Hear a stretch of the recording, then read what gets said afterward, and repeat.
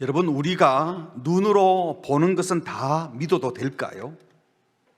사실 조작된 사진이나 영상물도 조작이 되기도 하고, 아니 실제로 보았다고 하더라도 우리의 시력에 한계가 있어서 못 보기도 합니다. 또 생각을 잘못하고 있으면 보여줘도 제대로 못 보지요.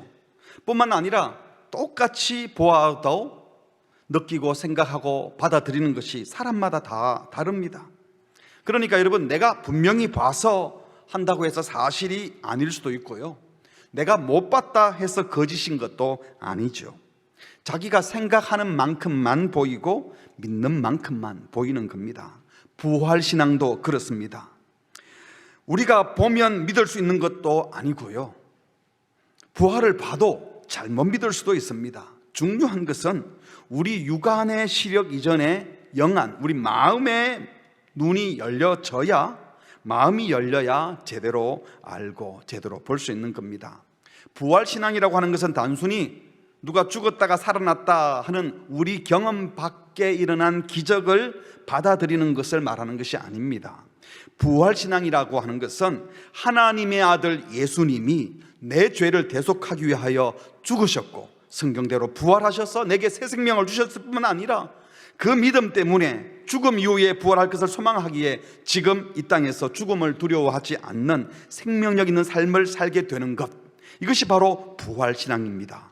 이 부활신앙은 기독교 신앙의 핵심 중 핵심입니다. 그런데 여전히 예배당에 나오면서도 부활을 믿지 못하는 자가 있고, 부활을 믿는다고 하면서도 활력 있는 삶을 살지 못하는 자들이 있어요. 왜 그렇겠습니까? 오늘 본문에는 예수님과 동행하였던 제자들이 부활하신 예수님을 만나 대화를 나누는 중에도 부활하신 예수님과 얘기를 하면서도 못 알아보고 한탄해요. 죽으셨다고. 그러다가 예수님이 떠나가고 난 다음에 그분이 예수님이었네 하고 뒤늦게 깨닫게 되었다는 내용입니다.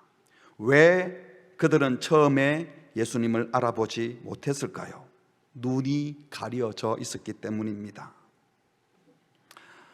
영적인 눈이 가려지면 부활하신 예수님을 보아도 보지 못하는 법입니다. 오늘 본문 13절에 그날은 십자가에서 죽은 예수님이 부활하셨다는 소문만 듣고 부활하신 주님을 보지 못했던 그 부활주일 오후인 것 같아요. 그들 중 둘이 예루살렘에서 25里되는 엠마오라 하는 마을로 가면서 이 모든 된 일을 서로 이야기하더라. 이 모든 된 일은 예수님의 고난과 죽음, 또 부활하셨다고 소문난 이야기, 이런 이야기들을 하고 가고 있었어요. 그들이 서로 이야기하며 문의하고 있을 때에 부활하신 예수님께서 가까이 와서 그들 곁에 함께 걸어가십니다. 옆에서 같이 걸어가셔요. 그런데 16절에 그들의 눈이 가려져서 그인 줄을 알아보지 못했다. 왜 예수님을 보고도 알아보지 못했을까요? 오늘 말씀에 보니까 그들의 뭐가 가려졌어요? 눈이 가려졌기 때문입니다. 단순히 시력이 나빠진 것이 아니라 영적 눈이 가려졌기에 부활하신 예수님을 보아도 보지 못한 거예요. 눈앞에 두고도 알아보지 못했습니다. 아무리 육안으로 직접 봐도 마음의 눈이 가려져 있으면 제대로 못 본다는 겁니다. 그때 예수님이 이 두 사람에게 말씀하십니다. 17절에 너희가 길 가면서 무슨 얘기를 그렇게 주고받았느냐 물었더니 이 두 사람이 갑자기 슬픈 빛을 띠고 머물러 걸음을 멈추어 섰습니다. 예수님 얘기가 나오니까 갑자기 안타깝고 슬퍼서 그렇게 처참하게 죽으신 예수님을 생각하니 너무 불쌍하다는 듯이 슬픈 표정을 지은 거죠. 그리고는 안타깝다는 듯이 살아계신 예수님에게 죽은 예수님에 대한 이야기를 합니다. 18절 그 한 사람인 글로바라 하는 자가 대답하여 이르되 당신이 예루살렘에 체류하면서 요즘 거기서 된 일을 당신 혼자만 모르는 겁니까? 어떻게 그런 일을 모를 수 있어요? 여러분, 과연 누가 뭘 모르는 겁니까? 지금 제자들은 제대로 알고 있는 것입니까? 그러자 예수님이 무슨 일이냐 하고 질문을 다시 하셨어요. 그랬더니 나사렛 예수 일이잖아요. 선생님, 나사렛 예수는요 하나님과 모든 백성 앞에서 말과 일에 능한 선지자였어요. 말씀도 참 잘하셨고 능력도 많은 선지자였다고 우리는 믿어왔어요. 그런데 그 예수는 대제사장들과 관원들에 의해서 사형 판결을 받고 빌라도의 부하들인 로마 군인들에게 끌려가서 십자가에 못 박히고 말았습니다. 그것도 아주 비참하게 말이에요. 얼마나 고통스럽고 얼마나 수모를 받았는지 몰라요. 그래서 결국 죽어버렸어요. 우리는 이 사람, 이 예수가 이스라엘을 속량할 자라고 기대했거든요. 그런데 그 더 과간인 것은 그가 죽은 지 3일이나 되었는데 여자 중 일부는 그 죽은 사람이 살아났다라고 말하고 다녀서 우리 모두를 놀래키고 있습니다. 얘기를 들어보니까 새벽에 무덤에 가서 가본 여자들이 그분의 시체는 못 보고 그가 살아나셨다 하는 이 천사들의 이야기만 들었다고 해요. 아마도 예수님의 부활을 너무 기다리다가 환상을 본 것 같아요. 아마 우리라도 무덤이 비어있고 예수를 사모하면 뭐 그런 헛것도 볼 수 있지 않겠어요? 이런 식으로 말을 하는 겁니다. 그리고 24절에 또 우리와 함께한 자 중에 두어 사람이 무덤에 가 과연 여자들이 말한 바와 같이 무덤이 비어있다는 사실을 확인했는데 예수는 직접 못 보았다고 하니 도대체 믿을 수가 없는 노릇이에요. 이런 식으로 살아계신 예수님 앞에 예수님 시신이 없어졌다고, 그리고 부활했다는 소문만 나 있다고 말을 하는 겁니다. 예수님의 부활을 전혀 염두에 두지 않으니까, 예수님의 부활을 상상도 하지 않으니까 죽은 예수를 안타까워하고 부활 소문 난 것도 안타깝다는 듯이 말하고 있습니다.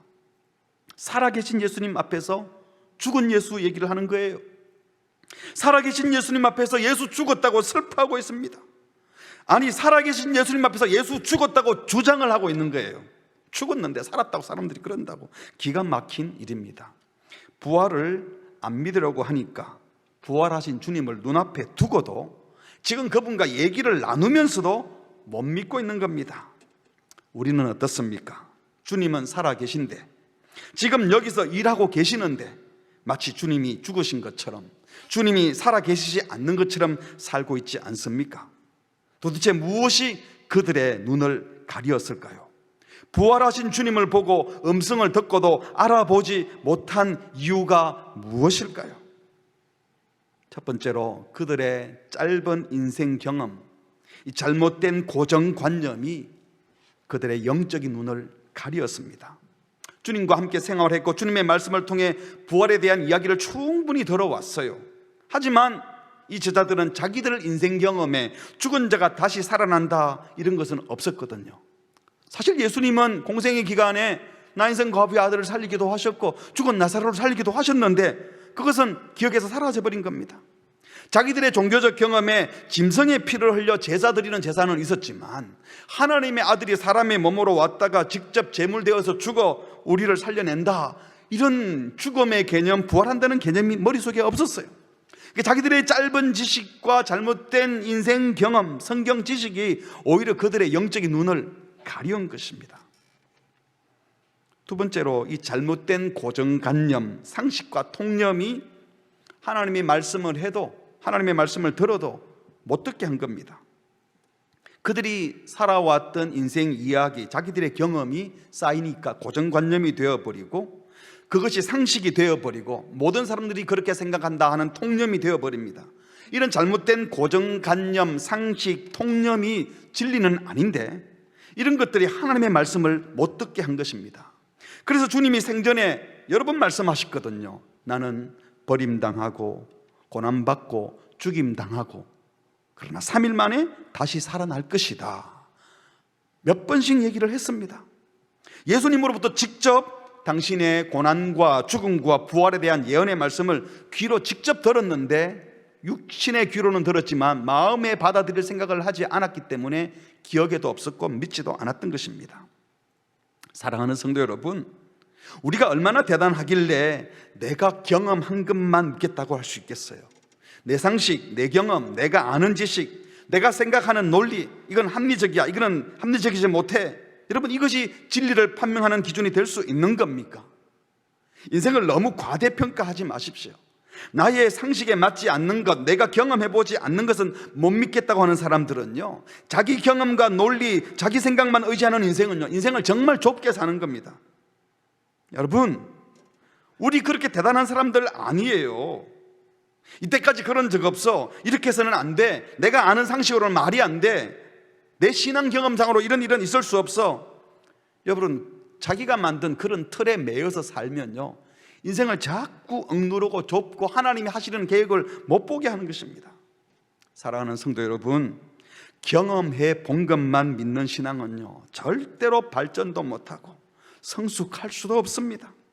나의 짧은 경험, 나의 이론, 나의 합리적 사고라고 하는 그 틀 때문에, 그 틀에 딱 갇혀서 주께서 우리에게 베푸시려고 하는 더 깊고 넓은 신앙의 세계로 들어가지 못하게 된다면 얼마나 안타까운 겁니까? 여러분, 믿음의 세계는, 이 신앙의 세계는 인간이 직접 해본 일, 경험 또는 우리가 말하는 그 논리로 설명될 수 없는 것이 너무나 많습니다. 물론 우리는 경험 많은 어른들의 말씀을 들어야죠. 성경도 말씀합니다. 열왕기하 12장에 보면 솔로몬의 아들 르호보암이 왕이 된 이후에 통치를 좀 잘해보려고 충고를 듣는데, 경험 많은 노인 신하들의 말은 안 듣고 젊은 친구들의 얘기만 듣다가 나라를 두 쪽으로 만들고, 그리고 어리석은 왕의 대명사가 돼버리지 않았습니까? 경험 많은 노인의 교훈을 따르는 것은 중요한 삶의 지혜입니다. 나보다 인생을 먼저 사신 분들, 또 부모님의 오랜 연륜과 어른들의 깊은 뜻을 헤아리는 거, 지혜로운 사람들이 해야 될 인생의 방법이죠. 하지만 여러분, 노인의 경험이 항상 진리가 아니에요. 어른들의 말이 항상 옳은 것만은 아닙니다. 또 우리는 먼저 연구하고 많이 공부한 분들, 학적 권위가 있는 분들, 학위를 받은 분들, 그 전공하신 분들의 이야기를 귀담아 들을 필요가 있습니다. 그게 지혜로운 거예요. 하지만 여러분, 공부 많이 한 사람들이라고 해서 항상 우리 인생의 참된 지혜를 다 말해줄 수 있는 것은 아니에요. 그들 역시 죄인이기 때문입니다. 시편 119편 97절에 말하기를, 내가 주의 법, 하나님의 말씀이죠, 내가 하나님의 말씀을 어찌 그리 사랑하는지요, 내가 그것을 종일 작은 소리로 엎조리나이다. 주의 법을 또 이렇게는 주의 계명이라고 표현했어요. 하나님의 말씀들이 항상 나와 함께 함으로 그것들이, 그 말씀이 나를 원수보다도, 나를 잡아 죽이려고 하는 원수보다도 더 지혜롭게 해주시고, 내가 주의 증거들, 하나님의 말씀을 늘 엎조림으로 나의 명철함이 지식 많은 스승보다도 더 나으며, 주의 법도, 그 하나님의 말씀들을 내가 지켜 행해보니 그것이 노인보다도 더 명철하게 해주신다. 지식 많은 스승보다, 경험 많은 노인보다, 심지어 어떻게든 악을 이루려고 하는 그 사탄 원수의 지혜보다도 더 확실하고 분명한 영적 지혜가 있는데, 그것이 바로 주의 법, 주의 계명, 주의 증거, 주의 법도, 즉 하나님의 말씀을 깨닫고 순종하는 것이라고 했습니다. 혹시 우리는 엠마오로 가는 이 두 제자처럼 살아있는 예수님을 바로 옆에 두고 그분과 이야기하면서 슬픈 표정 짓고 예수 메시아라고 하시더니 돌아가셨어, 괜찮은 분이셨는데 참 불쌍하기도 해, 더구나 예수에 미쳐버린 사람들이 그 예수가 살아났다고 하고 있으니 얼마나 불쌍한지 몰라, 안타까운 일이야, 아마도 예수님을 너무 사랑하고 너무 허무하다 보니 환상을 봤나, 예수님을 앞에 두고 이런 식으로 말하고 있지 않느냐는 거예요. 과거에 이러했으니 내가 경험하지 못했다고 해서 내 경험에 갇혀서 하나님의 역사를 제한하고 하나님께서 놀랍게 하실 일들을 제한하고 있지는 않습니까? 혹시 우리 가운데 너무 오랫동안 좌절 속에 있어서 그 인생이 실패의 연속이어서 헤어나오지 못하는 분이 없습니까? 사랑하는 성도 여러분, 나의 짧은 경험과 지식으로 하나님을 제한하지 마시기 바랍니다. 내가 실패한 경험이 많다고 주님도 실패했다고 생각하지 마세요. 세상에 악이 득세하고 있는 것처럼 보인다고 해서 주님도 힘을 못 쓸 거라고 생각하지 마십시오. 낭망하지 마십시오. 나의 짧은 지식과 경험에 갇혀서 안 된다 하지 마시기 바랍니다.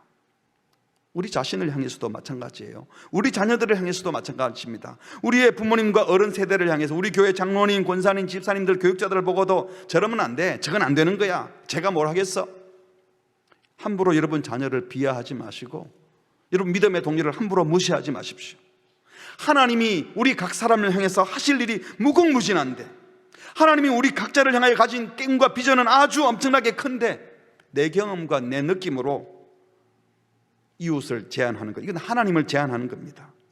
하나님의 능력을 우리 경험과 선입관 안에 가두어 두면 다른 사람을 무시하게 되는 겁니다. 영적인 눈을 뜨셔서 부활하신 주님을 만나야 합니다. 부활은 세상 사람들이 전혀 경험해보지 않은 일이었습니다. 부활은 그 어떤 종교 체험에도 없는 일입니다. 세상 역사에 없었다고 해서, 우리 경험에 없었던 일이라고 해서 하나님도 못하시는 것이 결코 아닙니다. 문제만은 우리 인생 경험 믿지 마시고 주님의 말씀을 믿으시기 바랍니다. 사망의 권세, 사단의 어둠의 권세를 깨치시고 부활하셨다라고 하는 것은 세상의 상식과 관념을 초월한 전혀 다른 세상이 펼쳐진다는 사실을, 또 다른 세계가 있다는 것을 우리에게 보여주신 것입니다. 이제 우리는 전혀 새로운 일을 행하실 수 있는 부활하신 주님의 말씀을 믿고 나 자신을, 우리 자녀들을, 내 배우자를, 우리 가정을 향해서도 주님이 일하시면 새로운 일이 벌어질 수 있어 기대하고 소망하는 삶을 사시기를 주님의 이름으로 축복합니다. 두 번째로 생각해 볼 것은요, 첫 번째는 왜 그들이 보고도 믿지 못했는가, 그들이 왜 눈이 가려졌는가를 보았다면, 이제 두 번째는 우리 예수님은 당신의 부활을 눈앞에 보고도 못 믿는 제자들, 눈이 가려져 보지 못하는 이 제자들의 눈을 어떻게 열어주셔서 어떻게 보게 하시고 믿게 하셨는가 하는 것을 보려고 합니다. 부활하여 살아계신 예수님을 앞에 두고 죽었다 말하고 부활을 믿는 사람들을 불쌍하다 여기는 이런 사건도 모르냐 비아냥 그린다면 어떻게 할까요? 저 같았으면 손과 발을 보여주면서 자 봐라 이래도 모르겠냐, 내 가슴을 열어본 창자국 보이니? 아 예수님이군요, 금방 알아보게 할 수 있지 않겠습니까? 그리고 호통을 쳤을 거예요. 아니 내가 여러 번 얘기했잖아, 내가 고난받고 죽고 3일 만에 부활할 거라고 한 번 얘기했냐? 두 번, 세 번 내가 여러 차례 말했는데 어떻게 그렇게 모를 수 있나? 섭섭하다 정말. 그랬을 것 같아요. 그런데 우리 주님은 그렇게 하지 않으셨어요. 예수님은 부활하신 자신의 몸을 보여주신 것이 아니라 성경 말씀을 가지고 그리스도의 고난이 어떠하고 그 이후의 영광이 어떠한지를 자세히 설명해 주셨습니다. 25절입니다. 이르시되 미련하고 선지자들이 말한 모든 것을 마음에 더디 믿는 자들이여. 아유 미련한 것들 왜 이렇게 더디 믿어 하면서 가볍게 책망하셨죠. 그리고는 선지자들의 예언의 말씀을 상기시켜 주십니다. 26절 그리스도가 이런 고난을 받고 자기 영광에 들어가야 할 것이 아니냐 하시고, 즉 메시아가 고난받는 것도 성경의 예언이었고 그리고 고난 이후의 영광에 들어가는 것도 성경에 예언되어 있던 것 아니냐, 그리스도가 그럴 거라고 말씀하지 않았느냐 하시면서 27절에 모세, 이거는 모세오경 율법서를 말해요. 창세기부터 신명기까지. 그런 모든 선지자의 글, 히브리 성경에서 선지자의 글은 역사서와 예언서를 다 선지자의 글이라고 해요.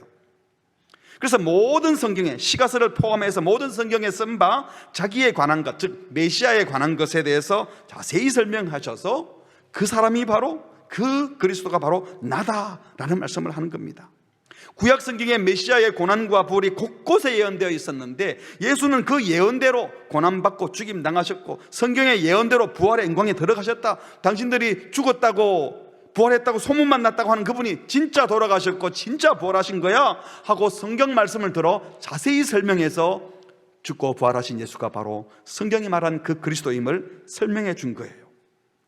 여러분, 왜 예수님은 성경을 풀어서 자신의 부활의 진실성을 설명하고 증명했을까요? 첫 번째로 부활신앙은 기적적인 체험에 의존하는 것이 아니라 말씀에 의존해야 하기 때문입니다. 예수님께서는 얼마든지 자기 몸을 보여주어서 손쉽게 금방 믿게 할 수 있을 거예요. 못자국 난 손과 발, 창자국을 보여주면 대번에 믿었겠죠. 예수님이 부활했구나, 이분이 예수님이구나. 그런데 예수님은 그렇게 안 했습니다.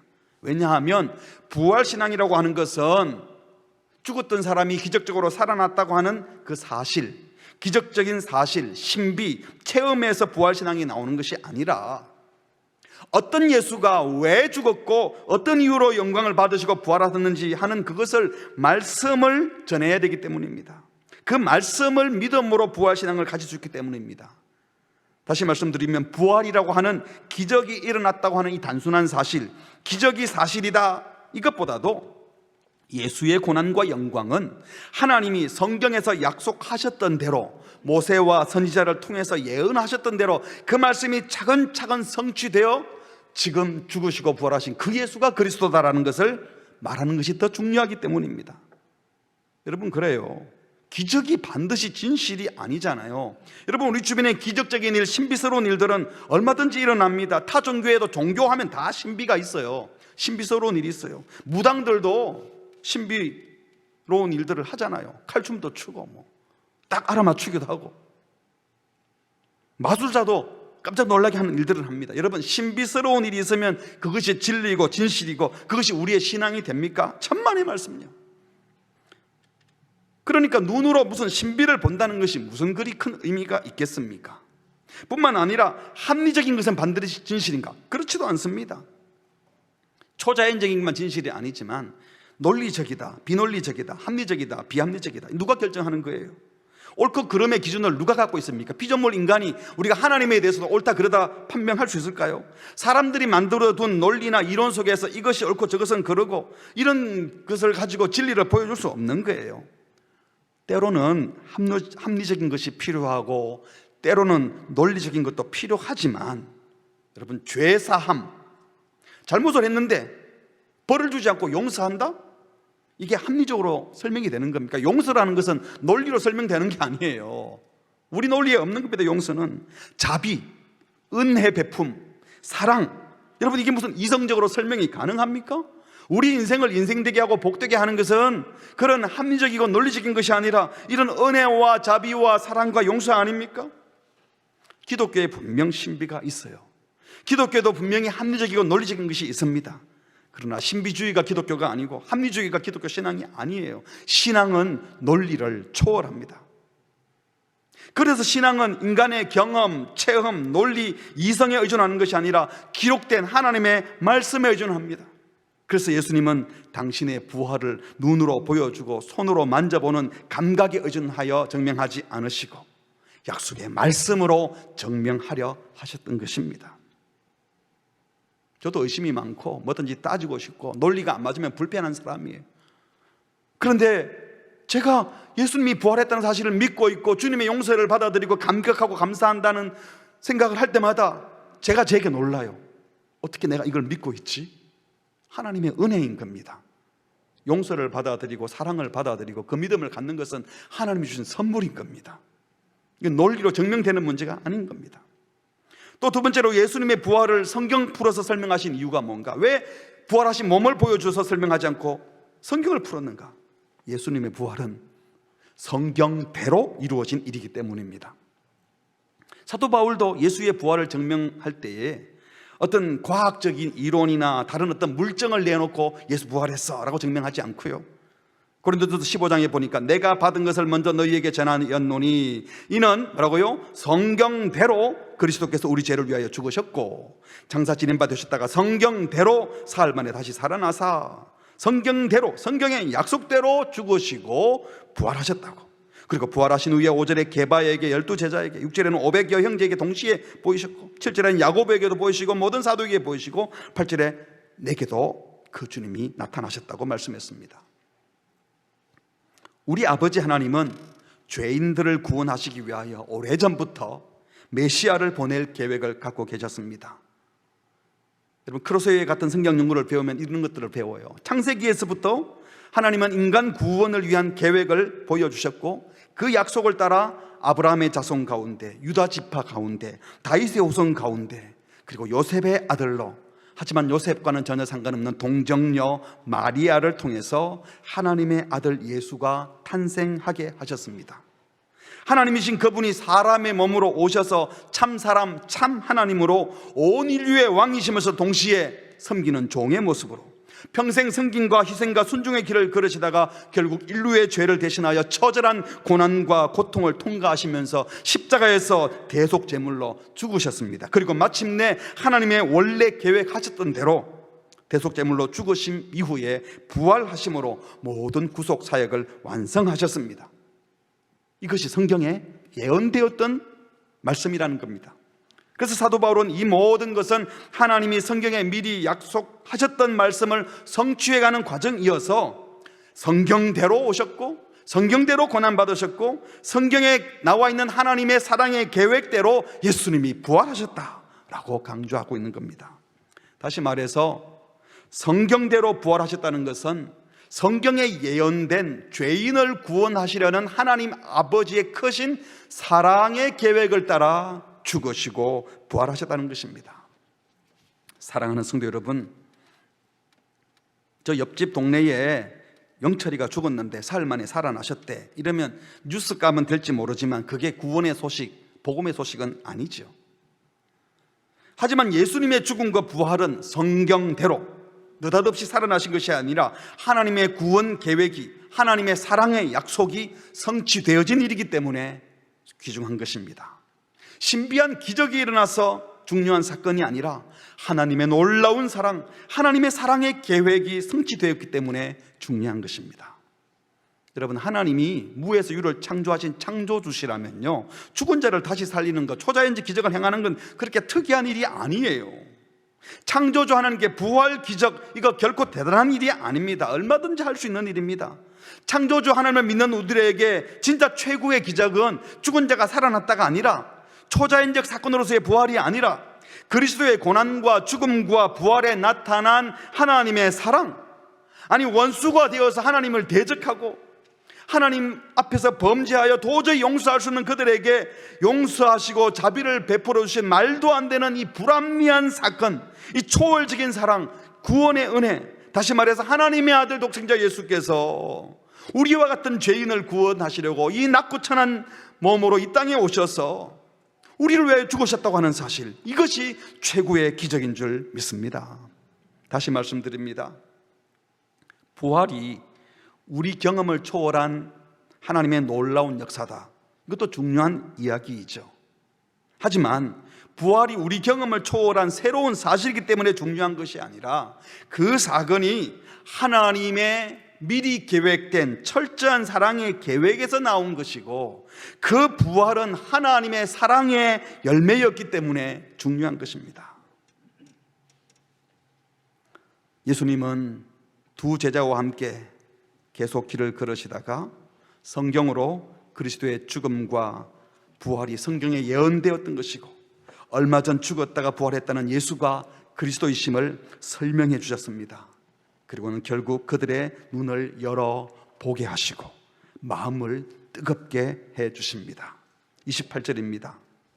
그들이 가는 마을에 가까이 가매 예수는 더 가려 하는 것 같이 하시니, 예수님이 이제 계속 가려 하고 자기들은 이제 머물려고 하니까 그들이 강권하여 이 두 사람이 예수님께 우리와 함께 잠깐 머뭅시다, 때가 저물어 가고 날이 기울었습니다 했더니 예수님이 그러면 그렇게 하자 하고 같이 유하로 들어가셨어요.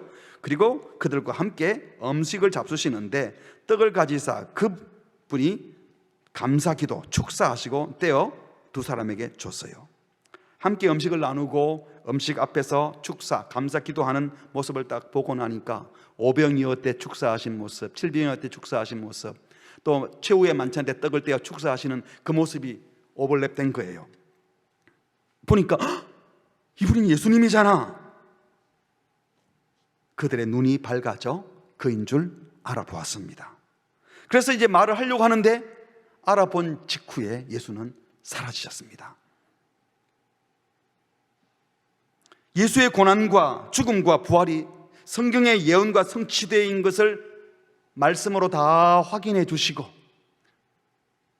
그런데 그 예수가 부활했다는 사실을 모르고 있는 그들에게 떡을 떼실 때 보여주신 직후에 사라지셨습니다.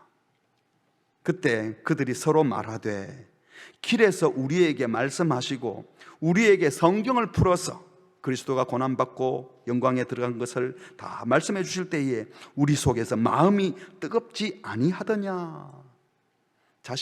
자신들의 마음이 뜨거워졌던 것을 뒤늦게서야 깨달은 겁니다. 그때 뜨거웠는데 그것을 이제 다시 깨달으면서 우리에게 언제요? 성경을 풀어주실 때에 우리 속에서 마음이 뜨겁지 아니하더냐라고 말했습니다.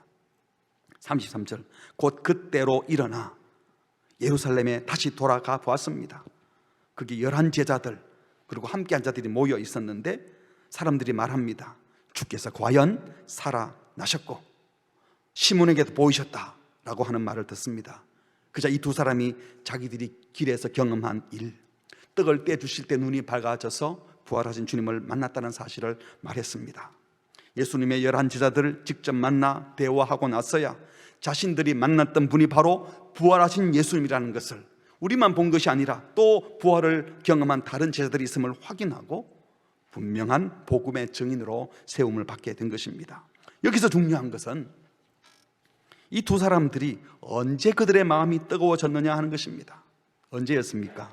성경을 풀어주셨을 때, 예수가 성경에 예언되었던 메시아였음을 말씀을 통해 깨닫게 해주셨을 때 마음이 뜨거워졌고, 마음이 뜨거워졌을 때 비로소 그들이 보았던 처참하게 죽으셨던 분이 그리스도이심을 알았고, 그 그리스도의 부활도 소문이 아니라 사실임을 믿게 되었습니다.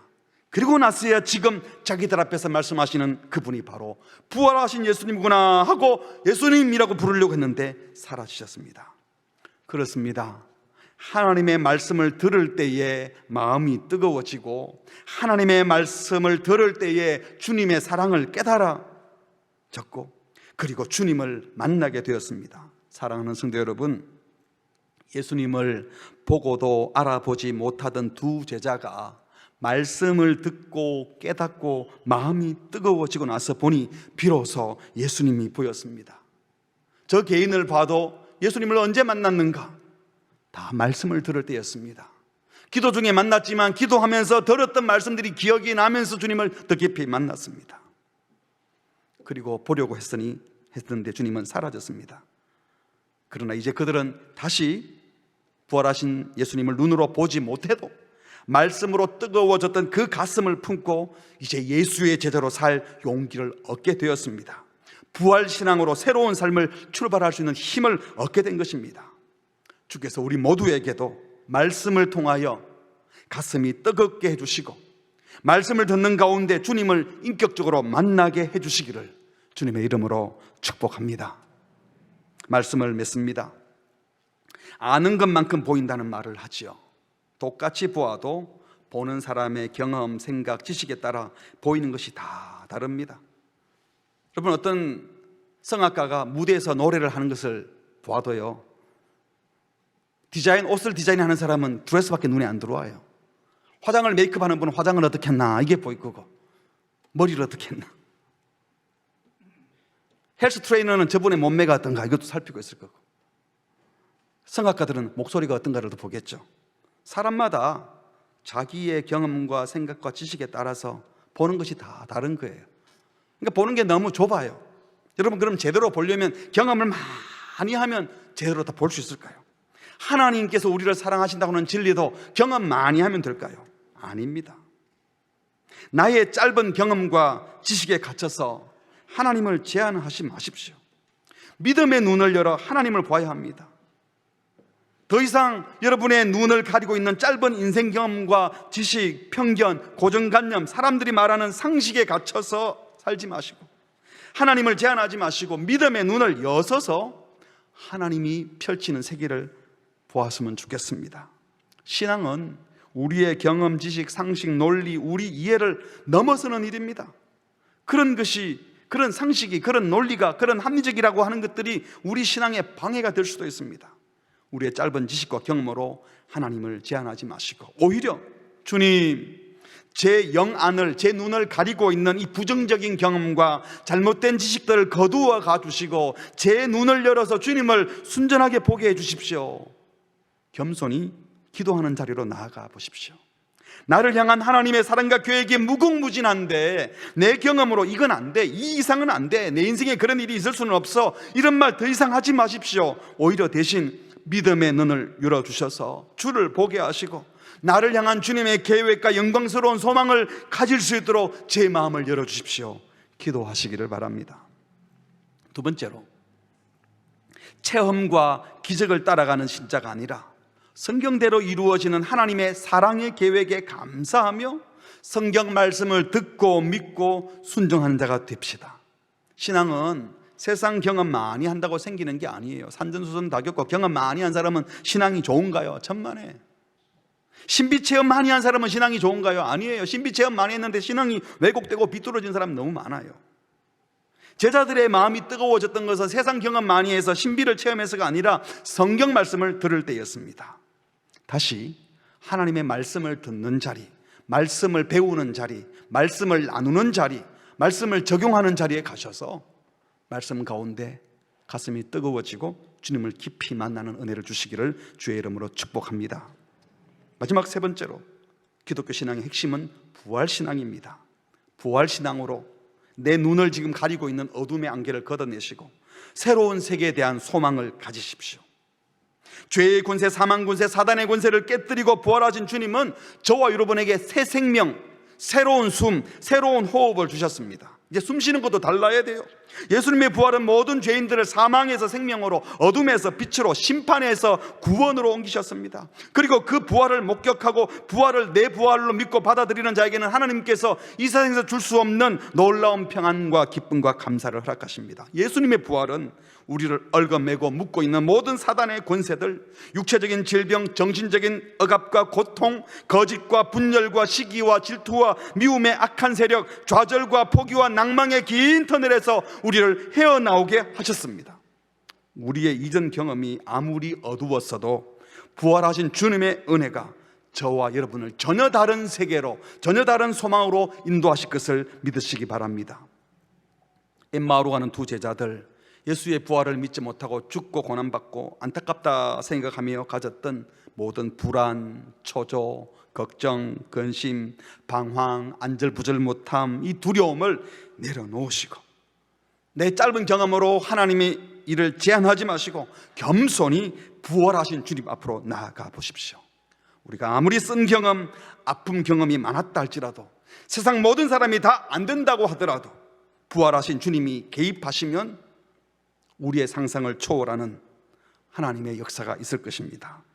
더 이상 문제 많은 인생 경험, 짧은 지식으로 하나님 제한하지 마시고 기적과 신비와 체험만 쫓는 인생이 아니라 약속의 말씀을 쫓는 신자, 부활신앙으로 이때까지 내가 전혀 경험해보지 못한 또 어떤 일을 이루실지 내 한계를 넘어서서 하나님께 하실 일을 기대하며 살아가는 부활신앙 가진, 천국소망 가진 크리스찬들이 되시기를 주의 이름으로 축복합니다.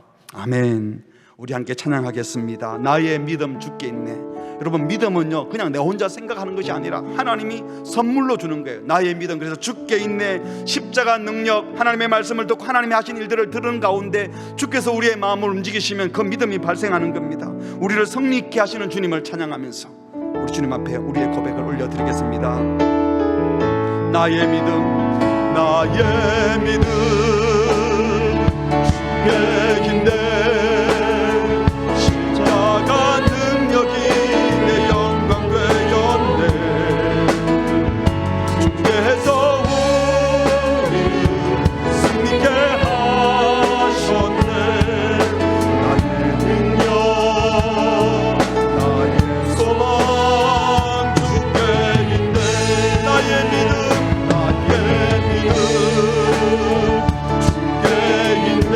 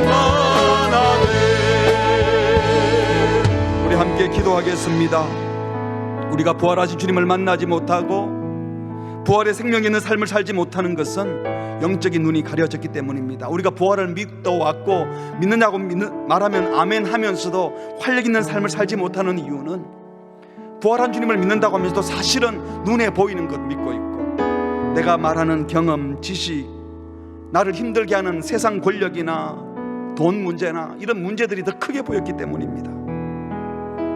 다시 주의 음성을 들어야 합니다. 말씀 앞으로 서야 합니다.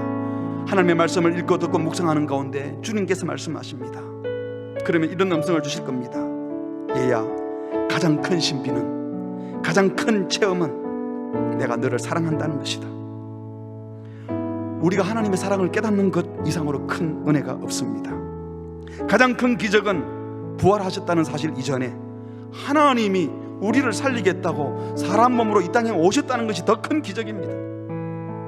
더 큰 기적은 나 같은 죄인이 용서함 받고 구원받았다는 사실입니다. 우리가 이 은혜와 이 믿음을 갖고 있다면 이제 더 이상 내 경험과 내 지식, 내 논리에 갇혀 살지 마시고 내 틀을 벗어나서 하나님이 하실 놀라운 사실을 눈으로 보게 해달라고, 주님 제 눈을 열어주십시오. 체험, 신비, 기적, 논리, 합리성이 아니라 하나님이 하신 일, 이미 나를 사랑하신 일을 다시 확인하게 하시고 보게 하시고, 주님이 지금 개입하시면 내게 있는 질병의 문제도, 직장의 문제도, 가정의 문제도, 자녀 문제도, 사업도, 인간관계도 주님이 풀어줄 것을 믿습니다. 주여 오시옵소서. 제 눈을 열어 주시옵소서. 부활 신앙을 가지고 살리는 일에 쓰임받고 싶습니다. 저를 살려 주시옵소서. 다 함께 합심으로 기도하시겠습니다. 하나님 아버지, 말씀해 주셔서 감사합니다. 부활하신 주님이 지금 역사하고 계시는데 하나님, 천재를 죽은 자 앞에서 찾고 살아계신 주님 앞에서 주님과 이야기하는 이 어리석은 맘치 말게 하시고, 눈으로 보이는 것이 전부가 아니라 내 눈에 보이는 것을 넘어서는 하나님의 일이 있음을 보게 하여 주시옵소서. 지금도 살아서 역사하시는 우리를 위한 놀라운 계획을 갖고 계시옵소서. 그 계획을 우리의 눈으로 바라보게 하시고 하나님 아버지의 믿음을 갖고 세상으로 일어나게 하여 주시옵소서. 지고 쓰러지고 낭망하며 더 이상 못하게도 주저앉는 자들에게 일어설 용기와 믿음을 허락하여 주시옵소서. 우리 마음속에 주를 향한 마음, 주를 생각하니 우리를 다시 일어나게 하여 주시옵소서. 주여 은혜를 베풀어 주시옵소서. 주를 기억하여 주시옵소서.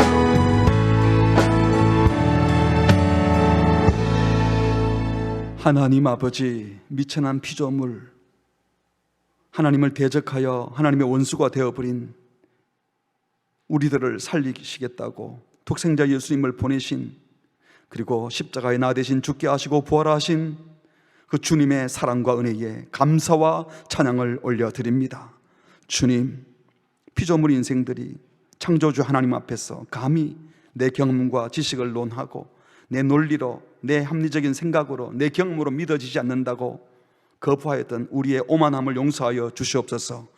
우리 눈을 가리고 있는 모든 쓸데없는 생각들과 불필요한 경험들, 부정적인 생각들을 다 거두어 주시고 예수를 십자가에 못 박아 죽게 하시고 부활하게 하심으로 새로운 세계를 열어주신 그 하나님의 창조의 역사, 부활의 은총들이 우리를 새롭게 하여 주시옵소서. 하나님, 지금 이 땅을 살아가는 동안에는 당장에 힘든 것들이 많이 있고 절망스러운 일들이 많이 생깁니다. 내 자신이 나를 어떻게 할지 모를 때도 많이 있음을 고백합니다. 그러나 부활하신 주님, 새로운 세계를 펼쳐주시는 주님이 우리와 함께 하시기에 우리는 새로운 세계를 살 수 있을 것을 믿습니다. 아무도 절망하지 말게 하시고 아무도 낭망하게 말게 하시고 믿음의 눈을 떠서 새로운 길을 걷게 하여 주시옵소서. 이번 주에는 우리가 살고 있는 이 땅에 시장을 뽑는 선거도 있습니다. 우리 그리스도인들이 세상의 이념이나 세상의 정치적인 색깔을 따라가는 것이 아니라 하나님의 백성에게 주신 그 복된 기준을 가지고 마땅히 해야 될 의무를 잘 감당하게 하시고, 그리고 이 땅에 하나님의 통치가 임하도록 하기 위하여 하나님의 정직하고 진실하고 정의롭고 자비로운 하나님의 뜻이 펼쳐지게 하는데 우리 모두가 쓰임받게 하여 주시옵소서. 이번 한 주간 우리가 만나는 모든 사람들에게 생명을 전하고 부활을 증거하고 삶의 기쁨을 증거하는 복된 부활의 증인들이 되게 하여 주옵소서. 이 모든 말씀 예수님의 이름으로 기도합니다. 아멘.